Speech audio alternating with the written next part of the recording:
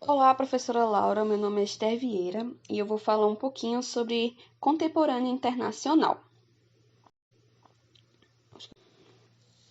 A arquitetura contemporânea, ela compreende todos os estilos arquitetônicos vigentes depois do modernismo, a partir da década de 80 e do século 20.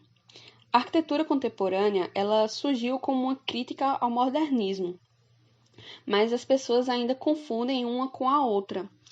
Mas a real diferença do modelo anterior é que a arquitetura contemporânea leva mais em conta o cotidiano das pessoas, suas rotinas, os gostos e as necessidades deles. A arquitetura pós-moderna e sustentável são alguns exemplos de estilos de arquitetura contemporâneos. É quase impossível definir a arquitetura contemporânea em uma só palavra, pois ela se baseia numa mistura de elementos, formas, técnicas e tendências da atualidade. A arquitetura contemporânea, ela não se assemelha a nenhum outro modelo arquitetônico, mas podemos dizer que ela é uma mistura de todas as outras, pois ela traz coisas do passado, fazendo uma inovação das tecnologias e coloca as velhas tradições do seu jeito, trazendo assim uma forma única na arquitetura. Com essa mistura constante entre o antigo e o atual, a arquitetura contemporânea cria a todo momento formas de expressões inéditas nos projetos arquitetônicos. Algumas características da arquitetura contemporânea é a prioridade das características atuais. Eles sempre querem colocar o que está acontecendo na atualidade em seus projetos.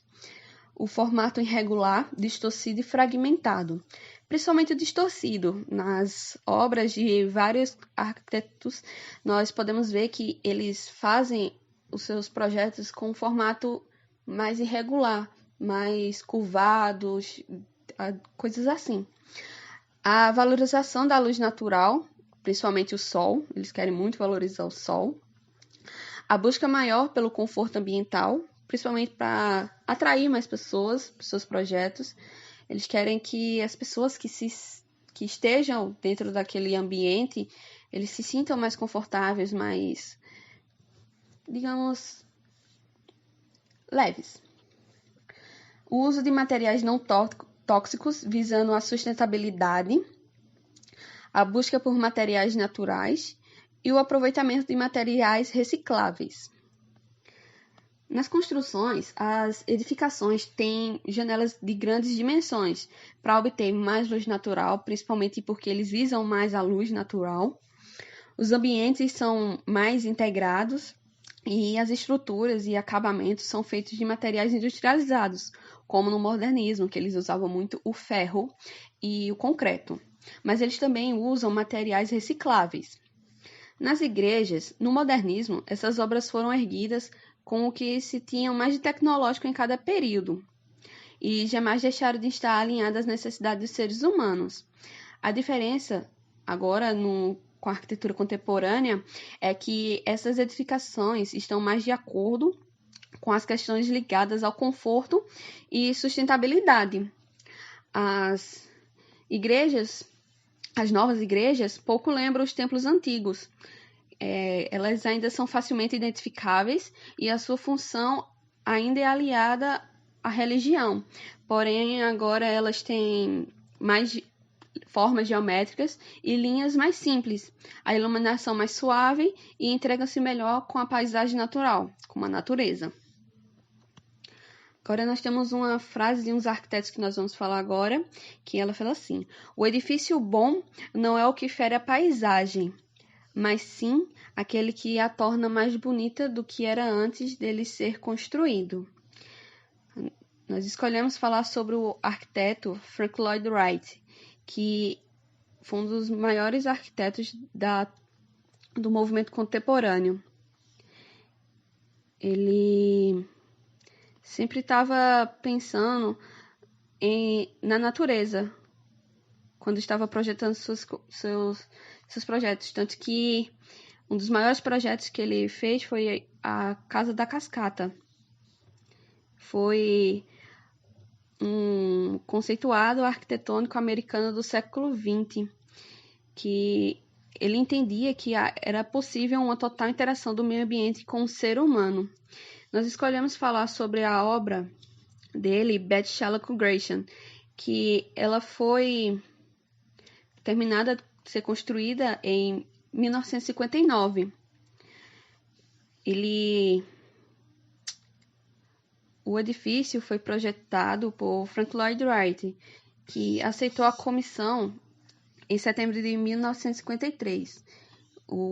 E o projeto só foi concluído em 1959. Ele foi citado como um exemplo do estilo da arquitetura do revivalismo maia, com suas paredes íngremes de vidro de arame ondulado translúcido. Ele se projeta para o céu como o luminoso Monte Sinai, que foi descrito pelo próprio Wright. O teto ele é feito de um material de fibra de vidro. Nenhum dos materiais utilizados na Beth Shallow foi projetado por ele, pelo arquiteto Wright. Uma amostra do telhado está em exibição no centro de visitantes. Nenhuma modificação foi feita no exterior desde a construção inicial, ou seja, o projeto, depois que ele foi terminado, não foi feita nenhuma alteração, porque nem precisa. Durante o dia, a igreja ela é iluminada pela luz natural, que entra pelas paredes translúcidas, que é feita de vidro, e à noite todo o edifício brilha com a iluminação artificial interior. Em frente à sinagoga, existe uma pia na qual as pessoas lavavam a mão antes da adoração, que era feita de cobre. A forma ornamental com a água corrente à frente da igreja é um símbolo antigo, que era um símbolo que representava a pureza ao entrar no culto. Segundo o rabino Cohen, que havia solicitado o projeto, ele solicitou que o santuário tivesse um segundo andar para ser iluminado com a luz natural durante o dia. O telhado tem 110 pés do chão ao teto, dando a impressão de subir em direção aos céus. Em 2009, a congregação abriu um centro de visitantes, que são dados por docentes vários dias por semana. O projeto foi considerado pelos críticos como o projeto mais expressivo elaborado na carreira de Wright. Para qualquer casa de culto, ele é listado pelo Instituto Americano de Arquitetos como um dos 17 edifícios americanos que devem ser preservados como um exemplo da contribuição de Wright à arquitetura contemporânea.